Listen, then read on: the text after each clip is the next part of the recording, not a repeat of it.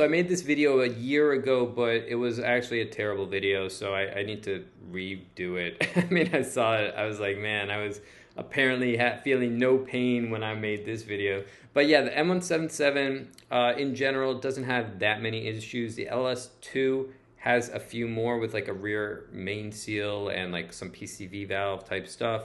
The M177 LS1 doesn't have a great amount of issues. A lot of people would say the LS2 is a better engine and it's cast differently. I don't know about any of that. I mean, from my perspective, you know, from a business perspective, it would make a lot of sense for a Mercedes-Benz to just maybe make the same block and maybe change out some stuff, but I would imagine a lot of it's going to be very similar. Like the exhaust manifold and the add-ons are definitely different, but some people have mentioned to me that some of the internals are a little bit different. I'm not going to comment on that because I'm not like a super expert, but I can tell you that the M177 LS2 has more issues with the rear main seal and the PCV valve.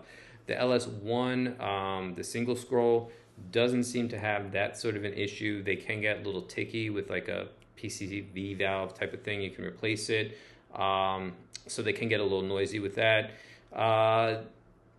You know, I haven't done a ton of research, but I did throw up a poll on my Instagram about how many miles people had. And there was a lot of people who have more than 150,000 miles on this car. So, you know, and I would say I have like 4,000 or something subscribers, and there was about 20 or so, 30 people who said that they have more than 150,000 miles on their M177s. So that's always a good sign. I mean, of course, you do hear about issues, and the M178 is definitely, I believe, like where the M177s are a little bit maybe weaker. The M178, in my opinion, does address that issue. Like the M178 doesn't have a rear main seal issue because it just has like a different setup, and you know the oil pickup is different and whatever. So the M178 I think is a slightly higher class engine, and the M177 LS1 and LS2 I would personally put them together. Like if you're building a car, the C63 can be quick. I mean, especially from a roll.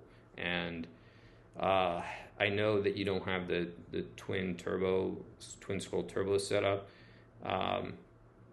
but and it's definitely easier to unlock horsepower with LS2 setup. But I gotta be honest, I've seen both of these engines make 900 wheel horsepower plus reliably for a while. And that's sort of what this engine may bring to the table that an M157 doesn't, is that there's some thought that these engines are going to be a little bit more reliable and durable in the long run because Mercedes clean sheeted a design just for turbocharged and boosted engines. So the pole block and everything was designed for this.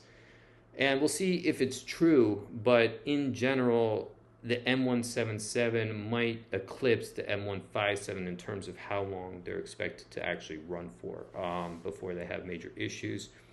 And, time will tell.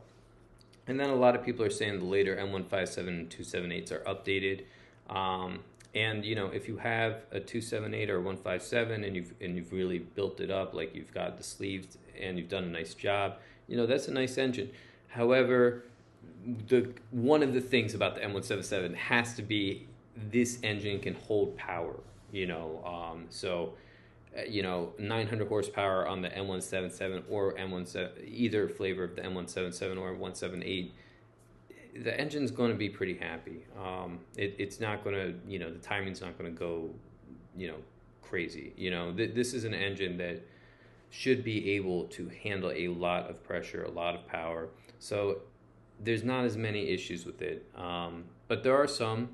And if there's any that come out that we find out, like, oh wow, this is a huge issue, I'll update it. I do want to go into the variable oil pressure switch on this. A lot of people are doing it with the M177 or M157 and 278. They're taking this off and just making the oil pressure run full all the time. I think that's great. And I think it could help, so I'll definitely do a video on this later. And in general, if you're looking at an M177, I think it's an engine to buy. again, working on these engines are always a little bit, not for the faint of heart. The whole timing cover doesn't like come off like it would on a Jaguar. You only have like bits and pieces. So it definitely, the margin of error is smaller. In general, though, I would still say that these are very nice, highly reliable engines, especially when compared to like engines in terms of specific output and what used to be the standard of like a Ferrari, where you'd have to get like a belt change every 3 years or 30,000 miles. We're getting engines that are high performance. They can street 1,000 horsepower and be reliable, and that's kind of what you get with an M177. Now, if you push it, you'll definitely destroy shit. You know what I mean? Like you can. I haven't heard of anyone bending rods, but I have heard of people, destroying differentials and things like that.